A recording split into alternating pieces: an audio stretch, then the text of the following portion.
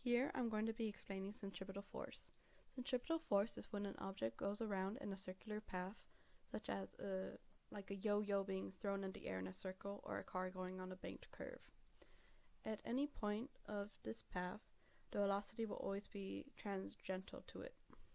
And normal force, which is mass times the force of gravity, is always going to be pointed towards the earth, towards down. Here I'm just labeling everything real quick and labeling mass itself. And gonna draw a real quick dotted line to represent a string in the case of the yo-yo example I mentioned earlier. And since force is a vector, centripetal force is no difference, and it's always going to be pointed towards the center of the path. And this is for any point, even on the opposite side of the path. Velocity will still remain tangential to the path, and not only will centripetal force be pointed towards the center, but acceleration will as well.